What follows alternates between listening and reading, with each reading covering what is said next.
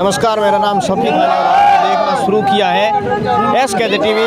उम्मीदवार राम बेनीवाल का जनसंपर्क आज नयापुरा में है। हम जानने का कोशिश करेंगे कि किस प्रकार से उनको प्रतिक्रिया मिल रही। सर, आज आप नयापुरा में आए हैं, पिछली बार और अब की बार में आपको कितना अंतर लगा? बिल्कुल एकदम ज़मीन आसमान का फ़र्क है। पिछली बार तो यहाँ कोई दुआ सलाम पकड़ने वाला नहीं था और इस बार आप देख रहे हो, खुद अपनी आंखों से देख लो, सैकड़ों की संख्या में बुजुर्ग, जवान, युवा सबों के अंदर भारी जोश है और RLP पार्टी के प्रति इनका विश्वास जो बढ़ता जा रहा है। और ये माहौल देख के यहाँ एक तरफा माहौल है और सभी लोगों ने यहाँ मन बना लिया है कि इस बार तो बायतू के अंदर बायतू के जनता के दिलों की जीत होगी और जनता जो चाहेगी वही होगा।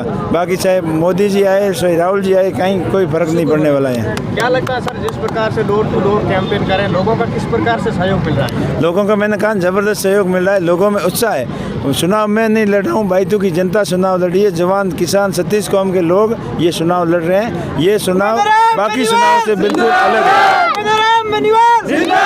बाकी आप देख लो, पूरे क्षेत्र के अंदर RLP पार्टी के प्रति पूरे राजस्थान के अंदर एक लहर है और ये जोग संजोग की बात है। ये हनुमान जी बेनीवाल साहब की मेहनत का परिणाम है और चंद्रशेखर आज़ाद साहब की जो भीमसेना और गठबंधन हुआ, दो मजबूत लड़ाके नेता है और पूरी राजस्थान की जनता इन नेताओं के ऊपर भरोसा किया है और इस बार राजस्थान की सत्ता और व्यवस्था दोनों में परिवर्तन होगा। सर, पाटोदी में बुजुर्गों का भी सहयोग मिल रहा है आपको या युवाओं का ज़्यादा मिल रहा है? अरे बिल्कुल, बुजुर्गों का तो सबसे ज़्यादा सहयोग मिल रहा है, साथ साथ युवा और 36 कौम के सभी वर्गों के, सभी धर्म और संप्रदाय के लोगों का सहयोग मिल रहा है। और हमारी तो ये कोशिश रहेगी कि जातिवाद, संप्रदायवाद और ये जो सिस्टम है ना, जो बड़ी पार्टियों ने अपना वोट बैंक बना रखा है, इसको हमें ख़त्म करना है। हम अच्छा इंसान कैसे आगे बढ़े और लोग अच्छे इंसान की मदद करें, ना कि धर्म और संप्रदाय के पीछे जाए, ये माहौल हम पैदा करना चाहते हैं। सर, क्या हनुमान बेनीवाल और SP के नेता हैं जो चंद्रशेखर आज़ाद, उनकी कोई बड़ी सभा हो सकती है बायतू? हाँ, बिल्कुल हो सकती है। 20-21 तारीख को बड़ी सभा भी होगी, नेता भी आएंगे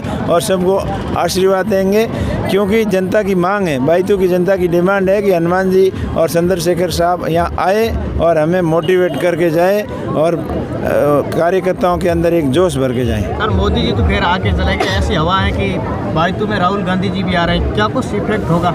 कोई इफेक्ट नहीं पड़ने वाला है। मोदी जी को देखने के लिए लोग ज़रूर गए थे। बाकी मोदी जी दिल्ली के अंदर मोदी जी की ज़रूर चलती है। क्योंकि सामने विपक्ष कमज़ोर है, मोदी को टक्कर देने वाला कोई नहीं है और एक कमज़ोर होता है, एक थोड़ा ज़्यादा कमज़ोर होता है, तो वही सिस्टम है। एक बेहतर से ठीक थोड़ा और बेहतर कौन है, वही सिस्टम है। अगर मोदी के सामने कोई मजबूत आदमी आ जाए ना, तो आज मोदी जी की भी हवा निकल जाए, ऐसा जो जनता ने मन बना लिया है। क्या लगता है सर, दिल्ली से दो बड़े नेता आए बायतू में, अब की बार कैसा माहौल रहा आपका? अब देखिए, बायतू के अंदर बहुत ही हॉट सीट है बायतू, और पूरे राजस्थान में ही नहीं, पूरे भारत के अंदर चर्चा में है बायतू सीट।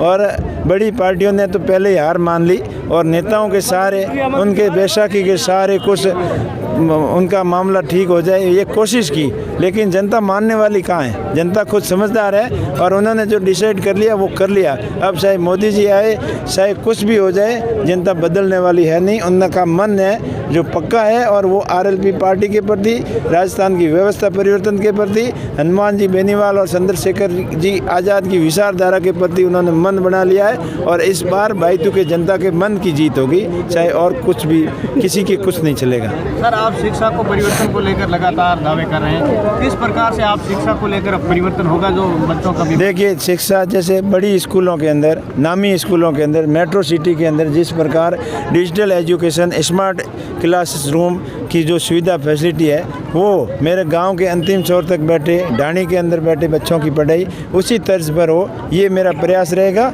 और इस प्रयास के तहत मैंने काफ़ी अच्छी शुरुआत की, लोगों का अच्छा रिस्पांस है, लोगों का सहयोग भी मिलेगा और इस व्यवस्था जो शिक्षा के अंदर व्यवस्था परिवर्तन का जो मैंने संकल्प लिया है वो पूरा करेंगे और स्कूलों के अंदर व्यवस्था ऐसी करेंगे कि बच्चों का मन घर से ज़्यादा स्कूलों के अंदर लगे। सर, भ्रष्टाचार को मिटाने के लिए आपकी कोई अलग रणनीति रहेगी? बिल्कुल, भ्रष्टाचारियों का इलाज पक्का करेंगे, क्योंकि लोगों को नॉलेज होना चाहिए ना काम करने का। अगर किसी को नेता को नॉलेज ही नहीं है तो वो क्या काम करवाएंगे? हमको तो सब परिस्थितियों से गुजरे हुए हैं कि कैसे काम कराया जाता है, कैसे किया जाता है, सब पता है। क्वालिटी के ऊपर ध्यान देंगे तो भ्रष्टाचार अपने आप खत्म कम रेट के अंदर लेंगे नहीं काम, अगर लेंगे तो अच्छा करेंगे, अगर नहीं करेंगे तो उनको पेनल्टियाँ लगेगी, अपने आप मैदान छोड़ के भाग जाएंगे। अच्छा काम करने वाले यहाँ टिकेंगे, भ्रष्टाचारियों का नेताओं का इलाज जनता कर देगी, और जो अफसर अधिकारी और ठेकेदार हैं उनका इलाज हम लोग सब मिलकर करेंगे।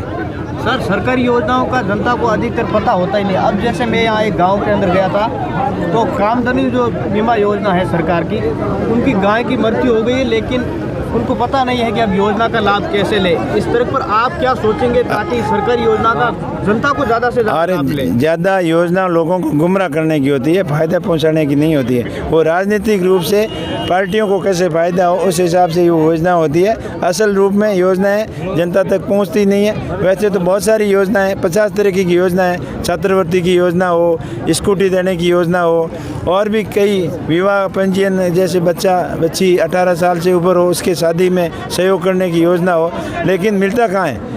बेरोजगारी भत्ता कितना मिलता है? अब लाखों आवेदन आते हैं, उसमें से कोई सैकड़ों को दिया जाता है, और वो भी आंशिक रूप से दिया जाता है। तो हम तो पूरी योजना का पता और जनता तक लाएंगे और जनता को जागरूक करेंगे ताकि झूठी घोषणाएं न हो, और जो घोषणा करे वो पूरी हो, इस विषय में पूरा प्रयास करेंगे। हमारे साथ उम्मीदवार राम जी बेनीवाल थे, आरएलपी के जो नेता हैं। हमने इनसे बात करने की कोशिश की, इन्होंने कहा है कि शिक्षा के क्षेत्र में है जो हम अलग कुछ सोचने का प्रयास करेंगे। Bureau report SKZ TV, Nayapura.